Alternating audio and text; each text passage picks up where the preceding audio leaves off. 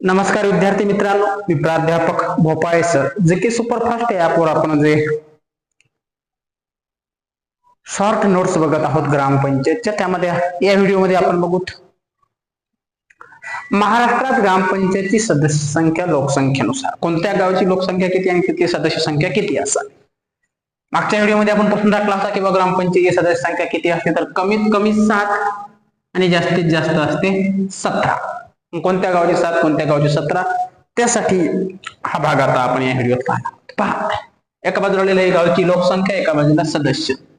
जर गावची लोकसंख्या 600 ते 1500 या दरम्यान असेल, म्हणजे 600 कमीत कमी आणि 1500 4 असेल, तर तिथले सदस्य असणार तुमच्या गावचे 7. त्यानंतर गावची लोकसंख्या जर 1501 ते 3000 या दरम्यान असेल, तर सदस्य संख्या असेल गावची 9.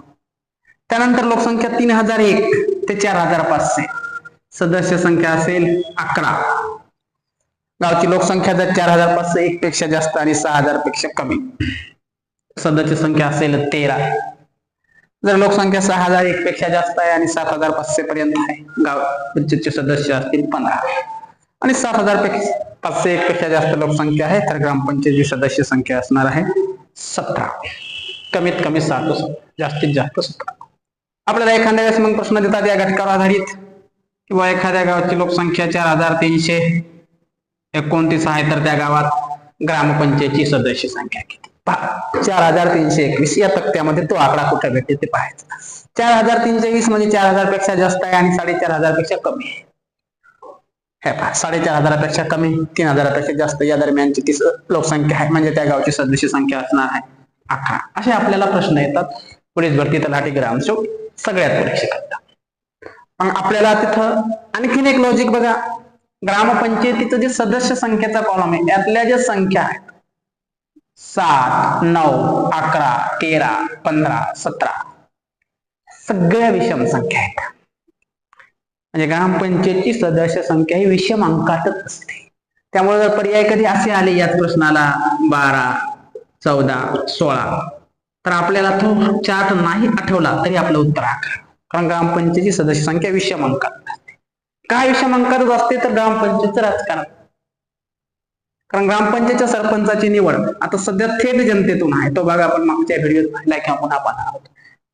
पण या अगोदर किंवा भविष्यात ती पद्धत पुन्हा अवलंबली जाऊ शकते, ते म्हणजे ग्रामपंचायतच्या सदस्यामार्फत सरपंच निवडणे. आता सदस्यामार्फत सरपंच निवडताना जर सरासरी एखाद्या गावात 2 पॅनल असतील, समजा हे 11 सदस्य आहेत, त्याऐवजी जर 12 असतील, 2 पॅनल असतील, दोघांचे 6-7 निवडून आले असते, तर सरपंच कोणत्या पॅनलचा करायचा हा वाद निर्माण झाला असता. म्हणून ग्रामपंचायतीची सदस्य संख्या विषम अंकात असते.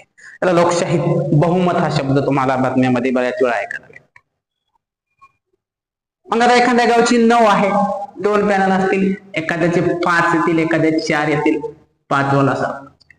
एखाद्या वेळेस एखाद्याला पूर्णपणे तुना लागत 9ला 9 निवडून येतील, अपोजिट वाल्याला 0 राहिले, सरपंच उपसरपंच सगळ्या गावचा कारभार तिकडे गेला, विषम अंकात.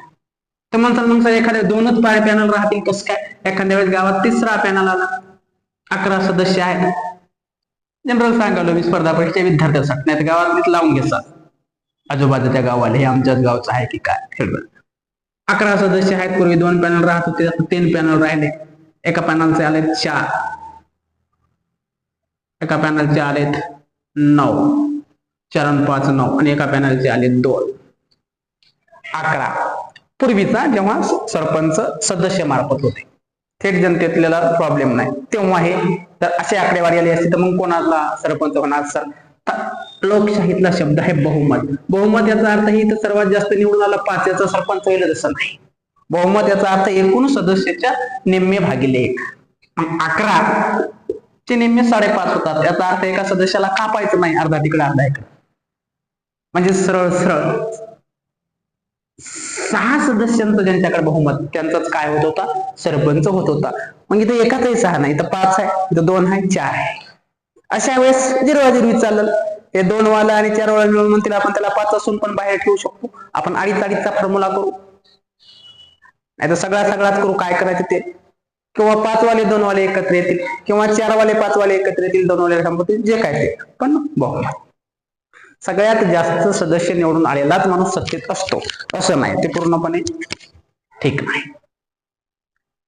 बहुमताचा आकडा ज्याच्याकडे होतो मग ते पक्ष फोडून युती करून पॅनल फोडून काय जे असेल.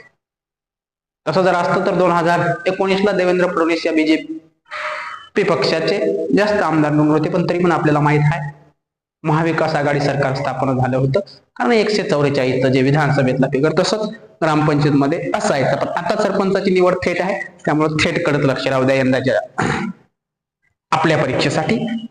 तर हे आहेत ग्रामपंचायती सदस्य संख्या 7 ते 17. धन्यवाद.